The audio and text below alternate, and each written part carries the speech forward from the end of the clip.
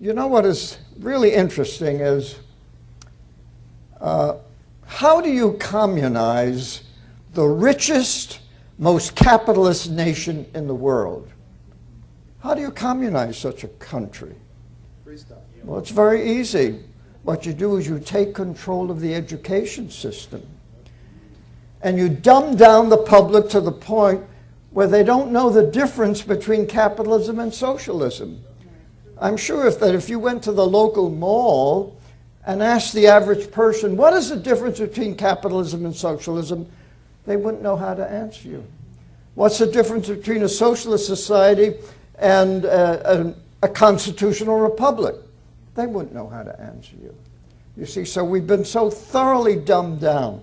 And the interesting thing is about all of this dumbing down is that the Russians know exactly what's happening to us. You see, because they went through it. But they had a violent revolution. They didn't have the kind of revolution that we're having, you see, because they were a backward country and they were poor, and so the Bolsheviks were able to take it over. But the Russians resisted. You know, millions were killed resisting communism. You know, James Madison, one of the wisest of our founding fathers and an author of our Constitution, once said, quote, "There are more instances of the abridgment of the freedom of the people by gradual and silent encroachments of those in power than by violent and sudden usurpations." Bingo. And that's what's happened. Well, you know, back in 1934, when the National Socialists were consolidating their dictatorship in Germany, one of their disillusioned members, Hermann Röschning, quit the party and left Germany. He then wrote a book, The Revolution of Nihilism, A Warning to the West, predicting what was in store for the world under the Nazis. In that book, he described the techniques used by despots to seize total power. First, they had to be democratically elected, as Hitler was in 1933. Then they had to cripple their political opponents. Then they could freely impose brute force on everyone. And that's what happens, that's what's happened in Venezuela. Hugo Chavez was elected legally and then began crippling his political opponents. And you ask, can it happen here? Well, how did all of this start? This radical change did not happen overnight. For socialists, it took the culmination, it was the culmination of a very slow, arduous process which they knew would take decades to achieve. And they never for a moment lost their desire or vision for that goal, even though socialism in practice has been responsible for some of the greatest crimes against human beings in all of human history. Millions have been murdered in the name of socialism, but even hindsight teaches socialists nothing. They don't learn anything from history. Isn't that amazing? That you would have thought that by now there wouldn't be any socialists around. But there they are, as bloodthirsty as ever. How did all of this begin?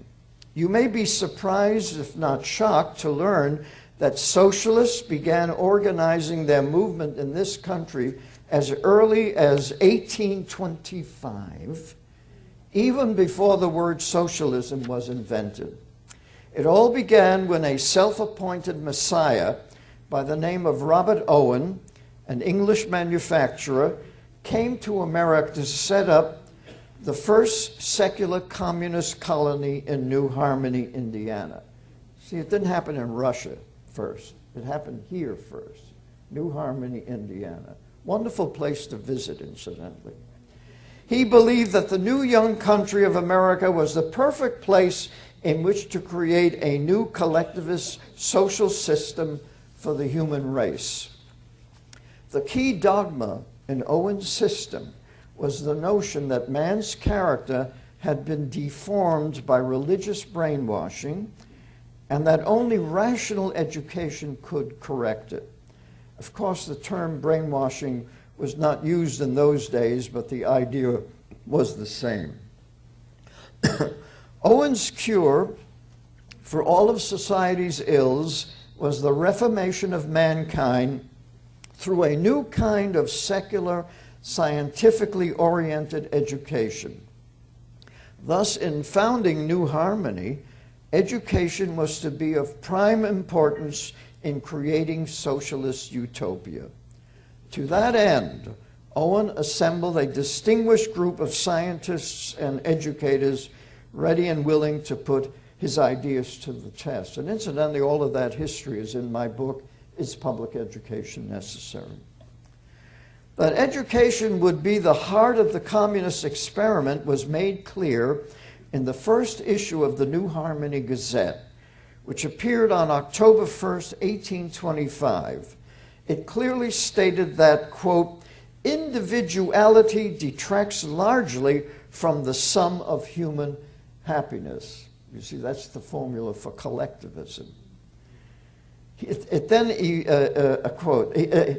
elaborated, quote, it is intended to point out what we believe to be the most rational, therefore the best mode of educating human beings from infancy to manhood, knowing that any character, from the best to the worst, from the most ignorant to the most enlightened, may be given to any individual, community, or to the world at large by different modes of education, unquote. And from that time on, government-controlled education has always been the key to the creation of a perfect utopian society led by the socialist elite. When after 2 years, the Owenite experiment failed in New Harmony, the failure was blamed on the education the participants had had as children. They simply could not adapt themselves to a communist way of life. Thus, they believed that a socialist education must precede the creation of a socialist society, which is exactly what they've been doing to our children all these past 5 decades, preparing them for socialism, softening them up for socialism. By the way, when the Bolsheviks took over Russia in 1917, they realized that the middle-class bourgeoisie would never be able to adapt themselves to communism, and that is why millions of them were sent to the labor camps in Siberia or eliminated. Pol Pot did the same thing in Cambodia, just killing millions of individuals educated under the old system because they were unfit for the new communist utopia. And incidentally, they could spot anyone who had an education because they wore glasses. If you wore glasses, you were eliminated. Since the Owenites were atheists and very unpopular with the American people, they decided to go underground and promote the idea of a national government education system by organizing conspiratorial secret societies to do the promoting. One of the members of that conspiracy, Orestes Brownson, later converted to Catholicism and revealed the existence of the conspiracy. He wrote, quote, the great object was to get rid of Christianity and to convert our churches into halls of science. The plan was to establish a system of state, we said national schools, from which all religion was to be excluded, in which nothing was to be taught but such knowledge as is verifiable by the senses, and to which all parents were to be compelled by law to send their children. Of course, that's happened. You know, all religion has been taken out of the schools. The first thing to be done was to get this system of schools established. For this purpose, a secret society was formed, and the whole country was to be organized somewhat on the plan of the Carbonari of Italy. The Carbonari were the Illuminati organized in Italy. The organization was commenced in 1829 in the city of New York, and to my own knowledge was affected throughout a considerable part of New York State. How far it was extended in other states, or whether it is still kept up, I know not, for I abandoned it in the latter part of the year 1830, and have since had no confidential relations with any engaged in it. But this much I can say, the plan has been successfully pursued, the views we put forth have gained great popularity, and the whole action of the country on the subject has taken the direction we sought to give it, unquote. So there you have it. Socialists or communists began undermining our free society, our free system, as early as the 1830s. And so if you've wondered why Americans adopted government education so early in our history, and that's what I wanted to find out when I wrote the book, Is Public Education Necessary? There's the answer. All of this had to be done by stealth so that the American people would not recognize what the true aims of the system were, you see. But the most important fact we learned from this is that the socialists saw education as the only sure way to socialism. You see, you can't have socialism and free education. They're incompatible. But if you have socialism, you've got a government control of the children. In that way, they could get around the obstacles our Constitution put in their way. However, the movement for government education did not start with the Owenites. It actually was first promoted by the Unitarians who had taken over Harvard University in 1805 and declared war against the Puritan Calvinists. They became the new liberal elite, and their aim was to get the children out of Calvinist schools by creating a system of secular government schools. They took their model of government schooling from Prussia, which Horace Mann, secretary of the Massachusetts Board of Education, had visited in 1843 and came back singing the praises of centralized government control of education. He wrote in his famous 7th annual report, quote, "If Prussia can pervert the benign influences of education to the support of arbitrary power, we surely can employ them for the support and perpetuation of republican institutions. A national spirit of liberty can be cultivated more easily than a national spirit of bondage.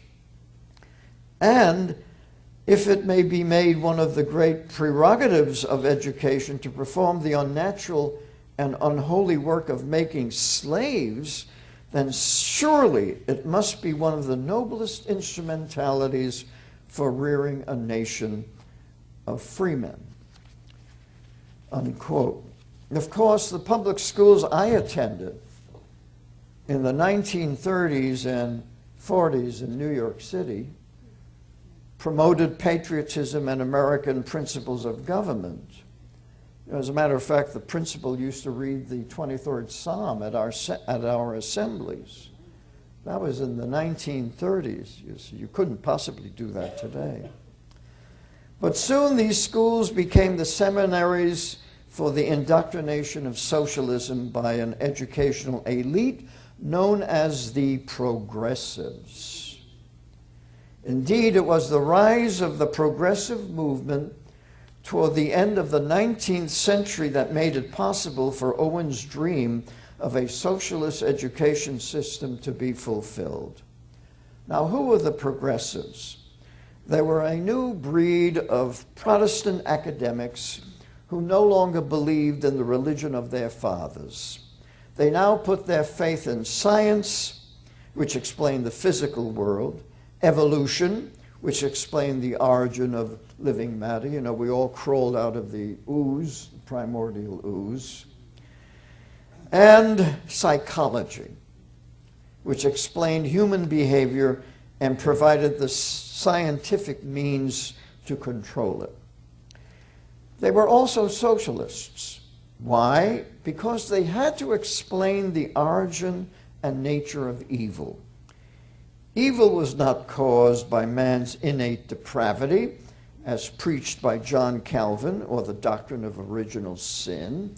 According to the progressives, evil was caused by ignorance, poverty, and social injustice. A good secular education would get rid of ignorance, which would in turn get rid of poverty, which would also get rid of social injustice. And the cause of all of these ills was capitalism, with its emphasis on private property, independent individualism, economic competition, and the accepted existence of both the rich and the poor. Under capitalism, you could get rich. Under socialism, equality of economic circumstance would wipe out the gulf between the rich and the poor, and so by getting rid of capitalism, they would get rid of the basic causes of evil. John Dewey was their philosophical leader, and in 1898 he wrote an article entitled "The Primary School Fetish," in which he outlined the progressive plan for taking over the public schools and turning them into institutions of socialist indoctrination. He stressed the importance of shifting the emphasis in primary education away from reading and literacy to socialization. He wrote, quote, "There is a false educational god whose idolaters are legion and whose cult influences the entire educational system. This is language study, the study not of foreign language, but of English, not in higher, but in primary education. It does not follow, however, that because this course was once wise, it is so any longer. My proposition is that conditions, social, industrial, and intellectual, have undergone such a radical change that the time has come for a thoroughgoing examination of the emphasis put upon linguistic work in elementary instruction. The plea for the predominance of learning to read in early school life, because of the great importance attaching to literature, seems to me a perversion." How do you like that? A perversion. Teaching children to read at an early age is a perversion, unquote. And because his views would be considered so radical by parents and teachers, he wrote, quote, "Change must come gradually. To force it unduly would compromise its final success by favoring a violent reaction." So if all of these plans were so good, why would they favor a violent reaction? Why would people object? He goes on, he says, "What is needed in the first place is that there should be a full and frank statement of conviction with regard to the matter from psychologists and physiologists and from those school administrators who are conscious of the evils of the present regime," unquote.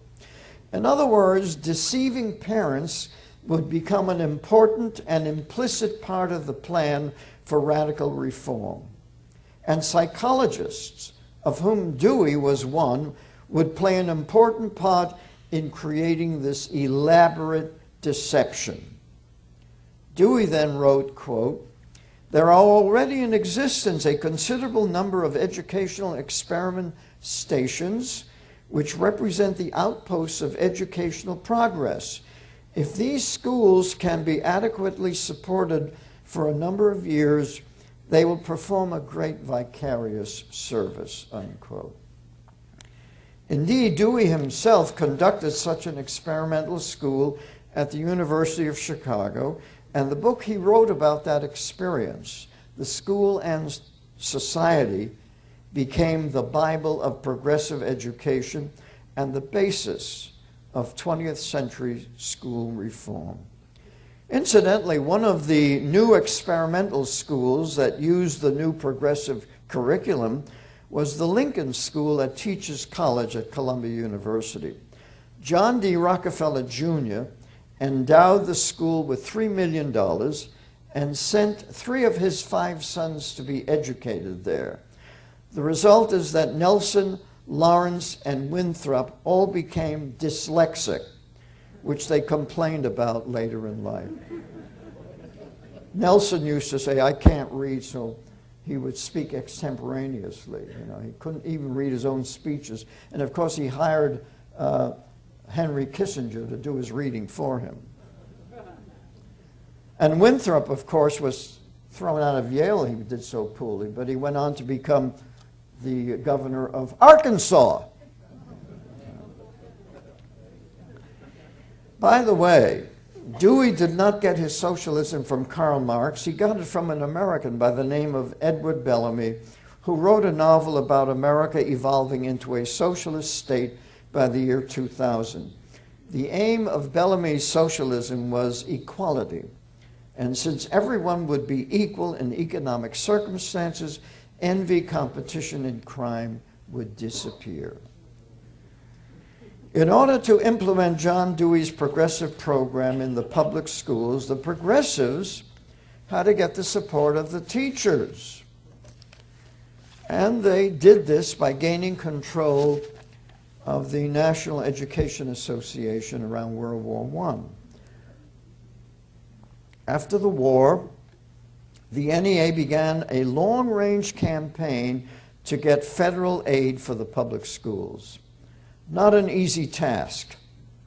From 1867 to 1940, a period of 73 years, the Congress passed about 11 minor pieces of legislation related to education. The fear of federal control of schools kept most legislators from voting for federal aid to public education. But resistance was gradually broken down by such acts as the National School Lunch Act of 1946 and the School Milk Program Act of 1954. Who could possibly be against lunch and milk for children? See how they work? They know how to pull on the heartstrings of the people.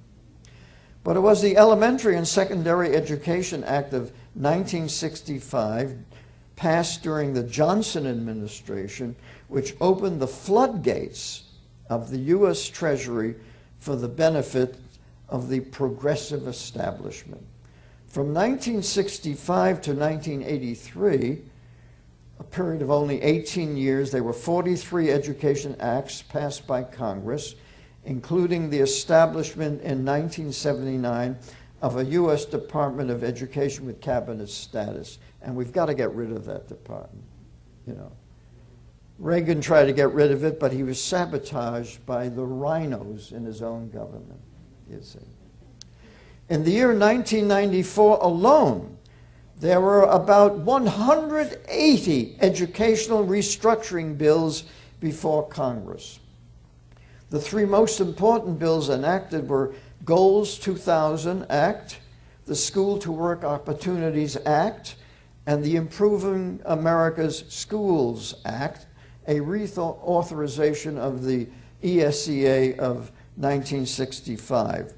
Title I of that law was supposed to help the poor and culturally deprived kids learn to read. 45 years and over $150 billion later, the kids are doing worse today than in 1965. All that money spent for what? Spent just to finance all of these teachers, all of these so-called Title I teachers. You see, every school district has Title I teachers, a Title I director, a Title I assistant director, a Title I assistant director, and they're all on the payroll. That's where the money goes. Then the kids are not learning to read. Today, it's called the No Child Left Behind Act. And it was passed by a bipartisan Kennedy-Bush love fest. You remember that? Where they were hugging each other? Oh, it's all for the children. The progressives were also behavioral psychologists who consider children to be little animals who can be trained like animals. See, it's true, animals can be trained, but they can't be educated. True, human beings can also be trained, but human beings can be educated, you see. The most outspoken of the behaviorists was John B. Watson, who wrote in 1924 in his book Behaviorism, quote, "Human beings do not want to class themselves with other animals. They are willing to admit that they are animals, but something else in addition. It is this something else that causes the trouble. In this something else is bound up everything that is classed as religion, the life hereafter, morals, love of children, parents, country, and the like.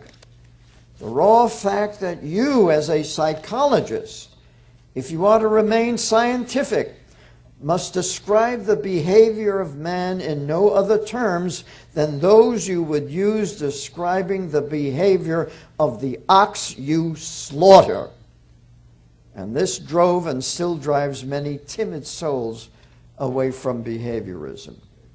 In other words, behavioral psychology was not a career for the timid. And that is why today's behavioral psychologists will stick it to the parents. He further wrote, quote, "The interest of the behaviorist in man's doings is more than the interest of the spectator. He wants to control man's reactions as physical scientists want to control and manipulate other natural phenomena. It is the business of behavioristic psychology to be able to predict and control human activity." I suppose if John Watson was alive today, he would go nuts at a Tea Party convention. He said, "We can't control these people. There's something wrong. It just doesn't work." But even as Dewey had cautioned that change must come slowly, it didn't take long before an increasing number of discerning parents began to realize what was happening. Their children were being taught to read by the new whole word method, better known as the Dick and Jane method, that taught children to read English as if it were Chinese, an ideographic writing system. By 1955, the reading situation had become so bad that Dr. Rudolf Flesch was compelled to write his great eye-opener, Why Johnny Can't Read. You realize that was written 1955? He told us why.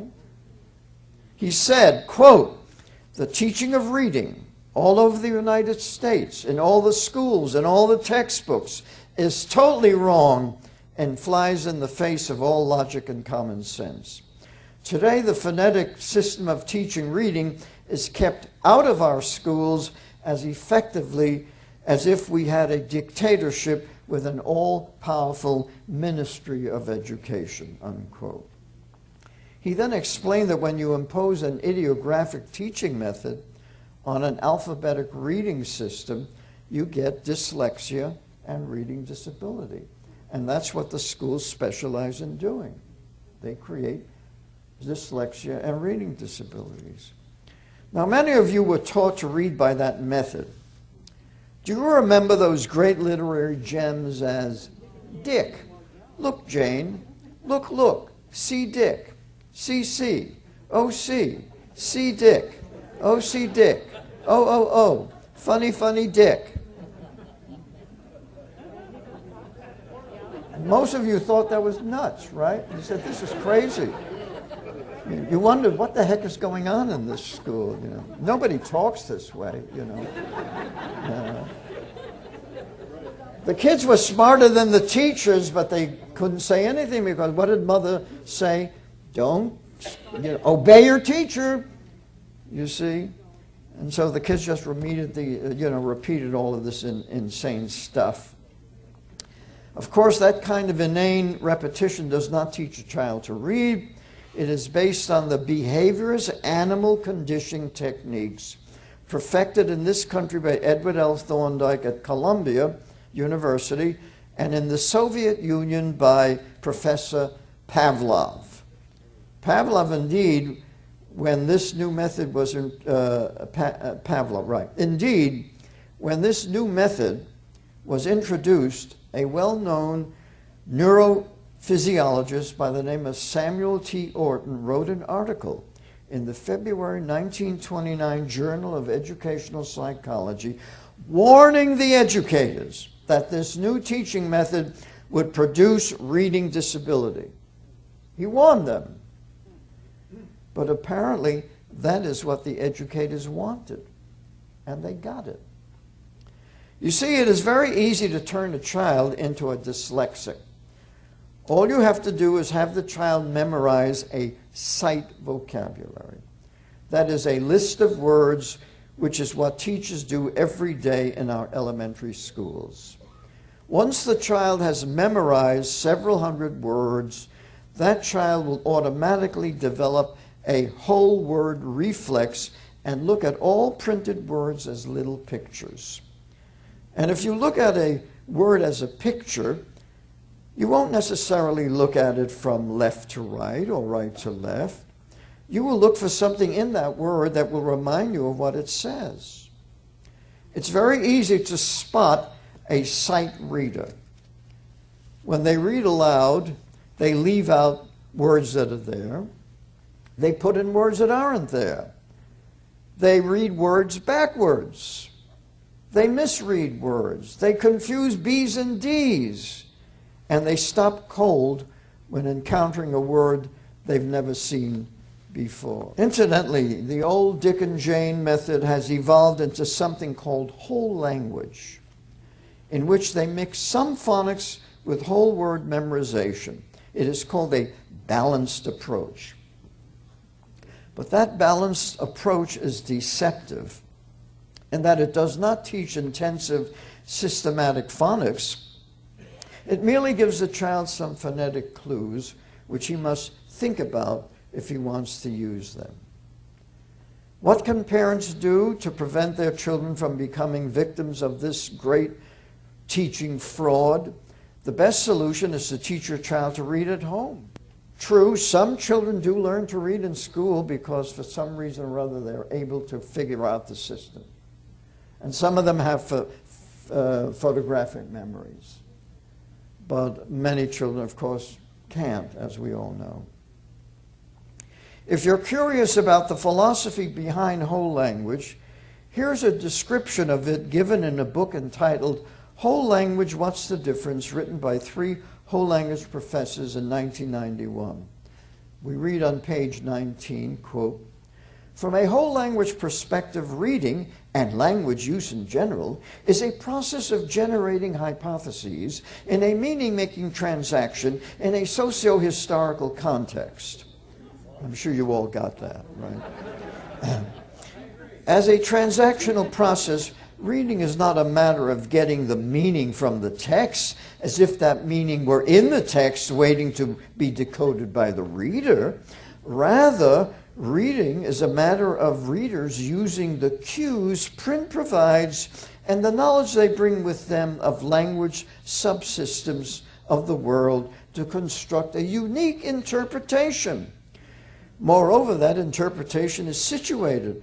Readers' creations, not retrievals of meaning with text, vary depending on their purpose of reading and the expectations of others in the reading event. This view of reading implies there is no single correct meaning for a given text, only plausible meanings, you see, unquote. So, of course, when we read, see Dick, oh, funny, funny Dick, you don't know what it means, It could mean something else. And if that doesn't convince you that these professors are nuts, read what they say on page 32. Quote, "Whole language represents a major shift in thinking about the reading process.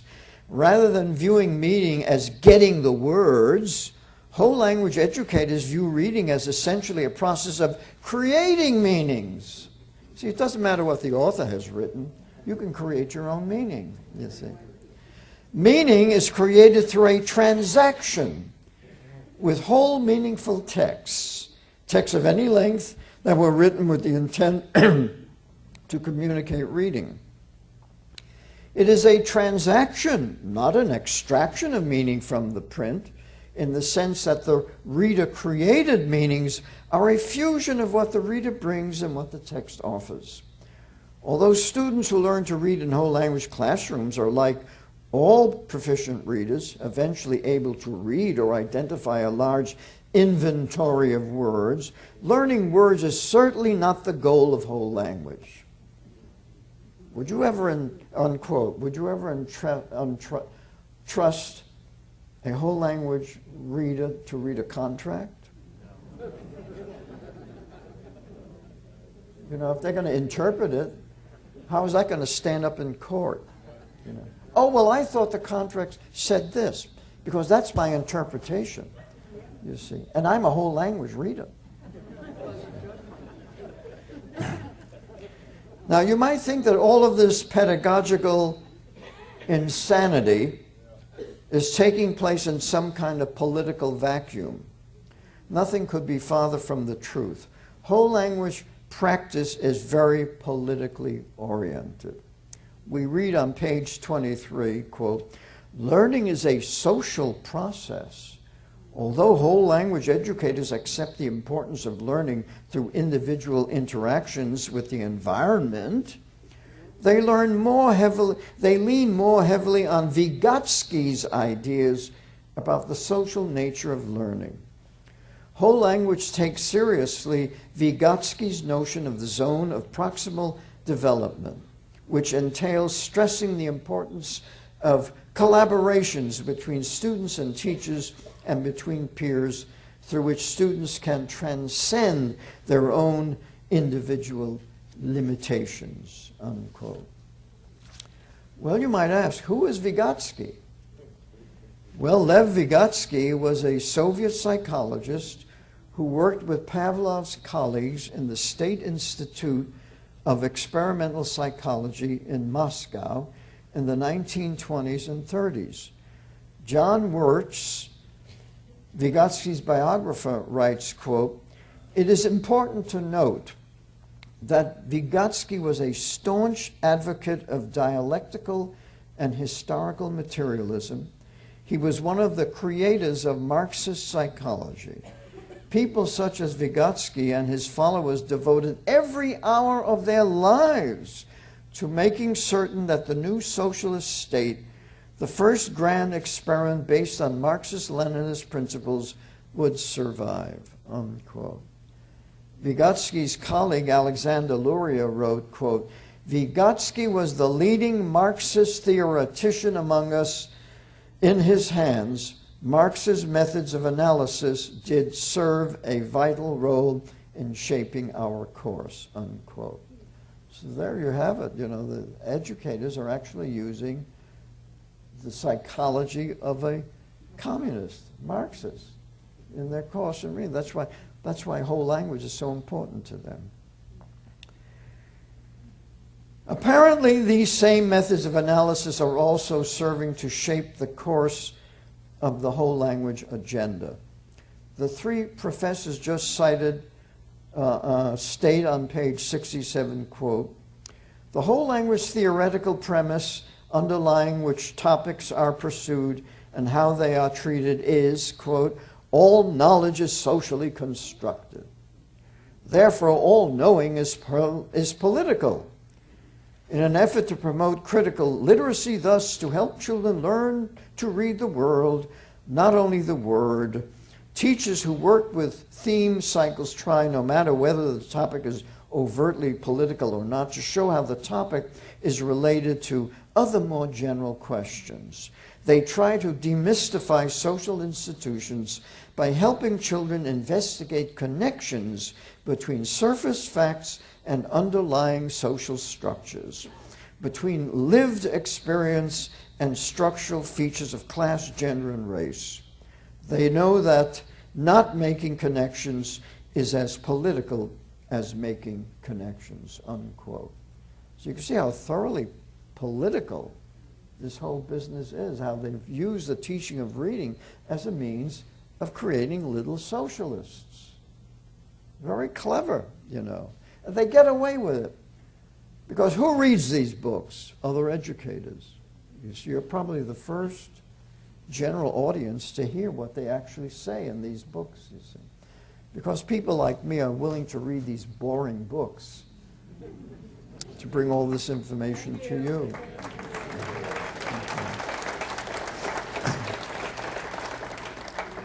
In other words, whole language also entails political indoctrination. But what about phonics, you might ask?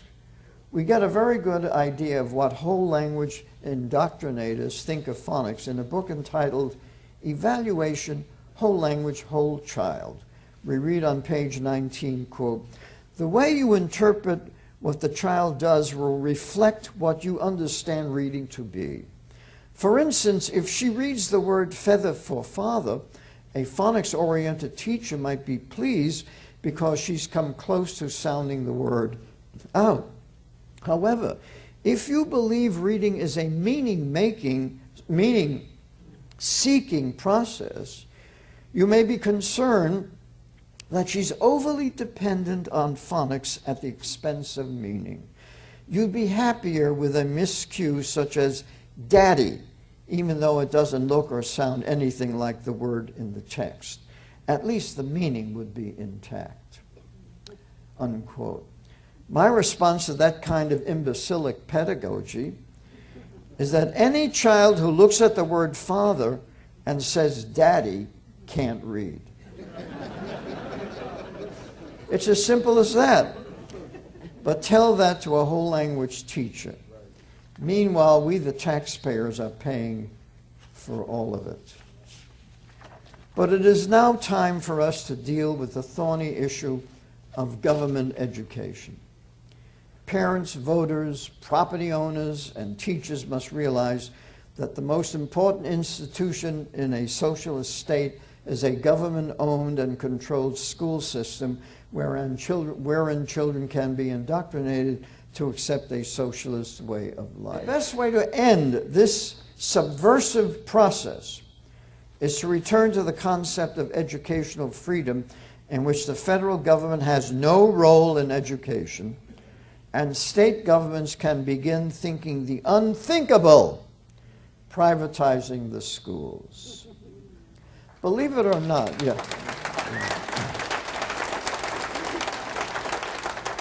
See, we've got to get government out of education. Government does not belong there. It's a parental responsibility, and it's the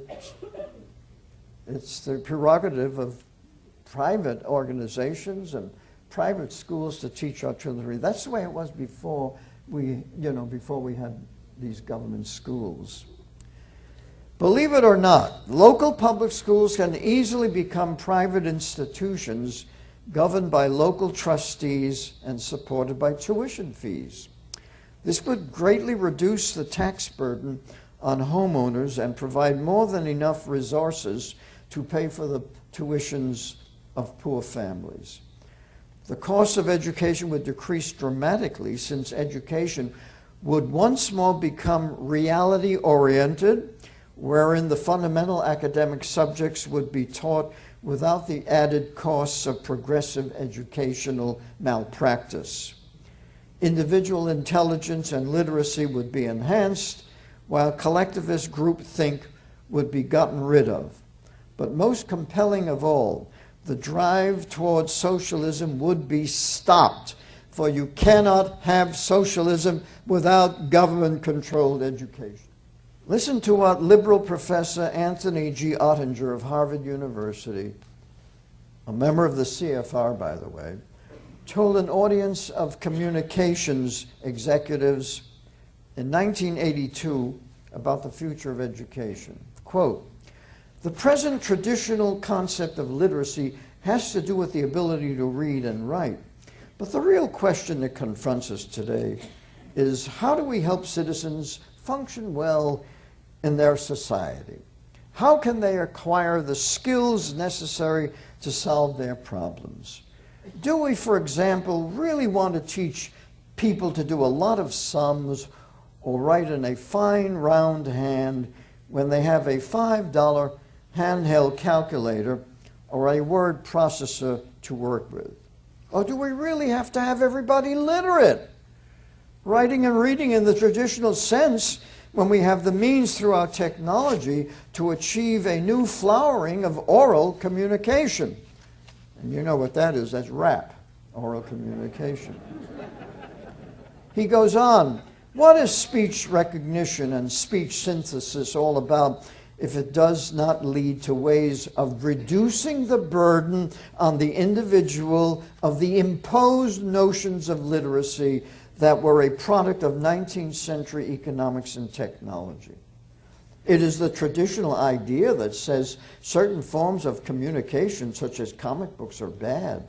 But in the modern context of functionalism, they may not be all that bad, unquote.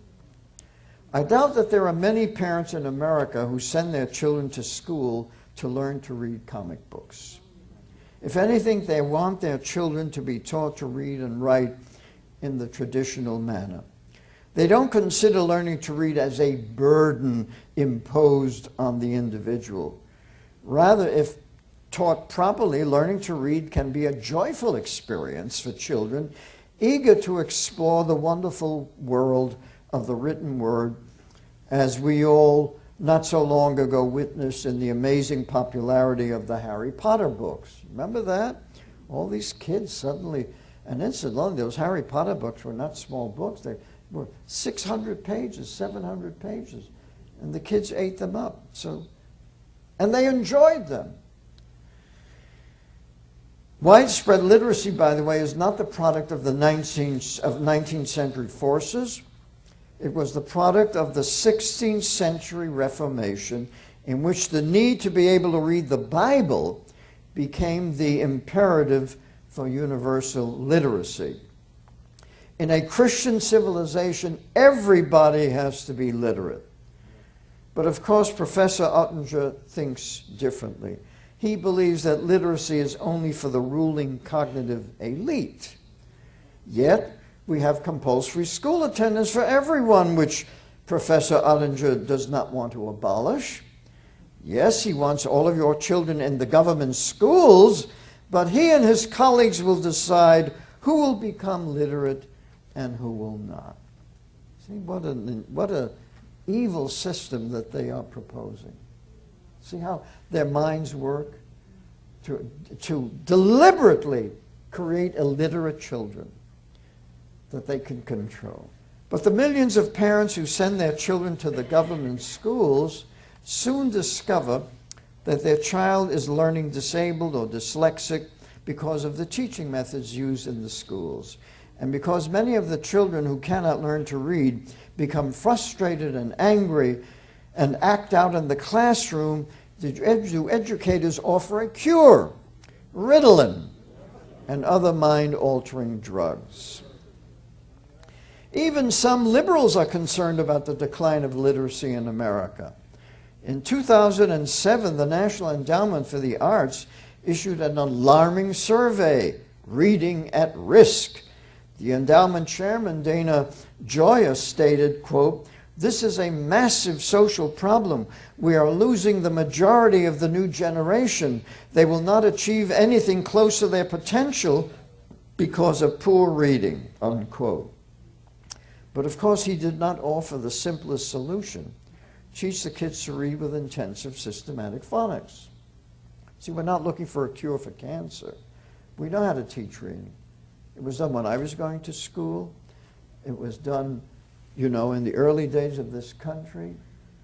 But they're not going to go back to that because the socialists control the system and they want to continue to dumb down everyone. According to this report, the number of 17-year-olds who never read for pleasure increased from 9% in 1984 to 19% in 2004. Almost half of Americans between the ages of 18 and 24 never read books for pleasure. Why? Because reading has become a painful, tortuous exercise that they wish to avoid. The simple truth is that literacy is not at all difficult to achieve, provided the right teaching methods are used. Indeed, the homeschool movement has already proven that parents can actually do a better job of teaching reading than our high-priced professionals.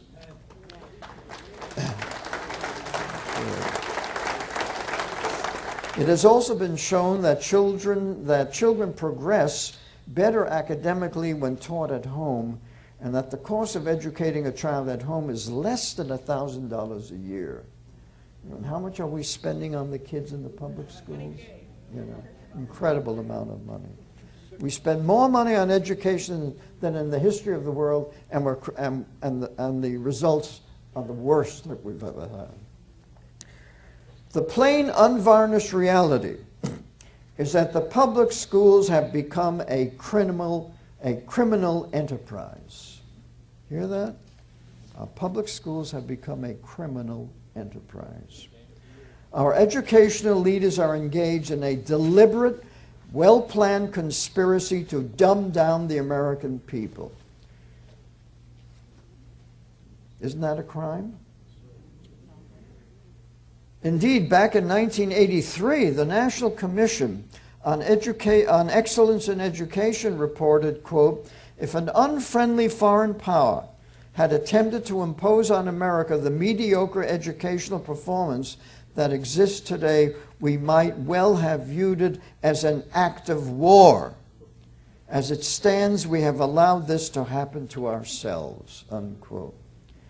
Why aren't our educational leaders being held responsible for this act of war against our people?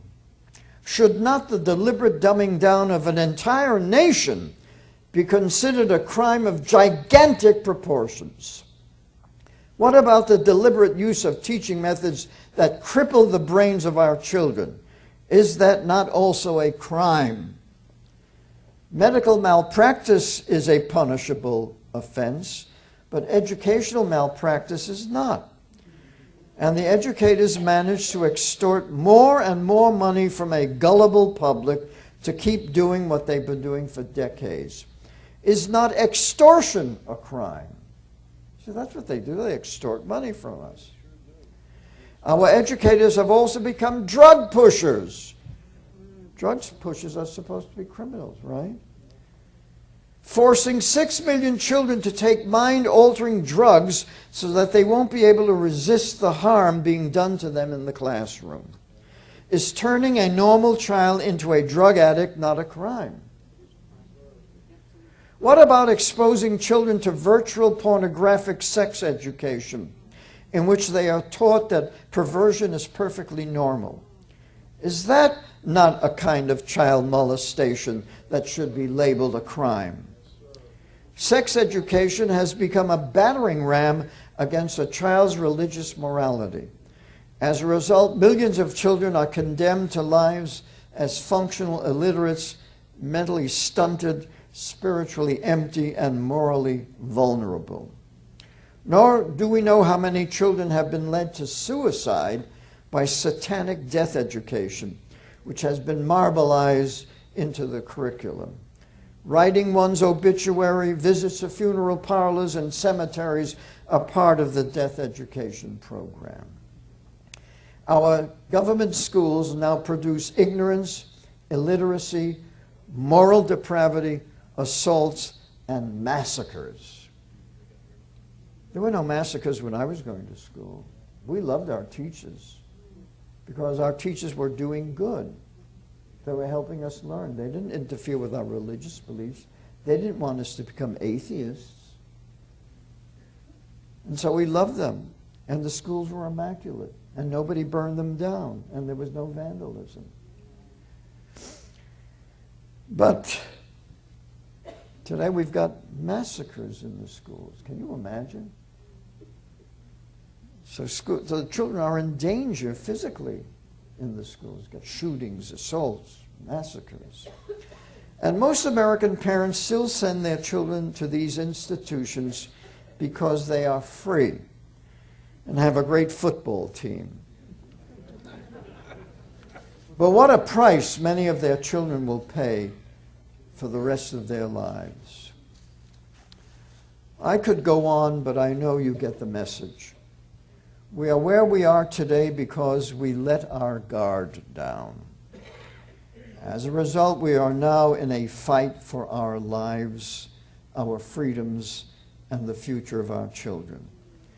The Founding Fathers dedicated their lives, their fortunes, and their sacred honor to achieve the freedom they gave us. Can we do any less? Thank you very much.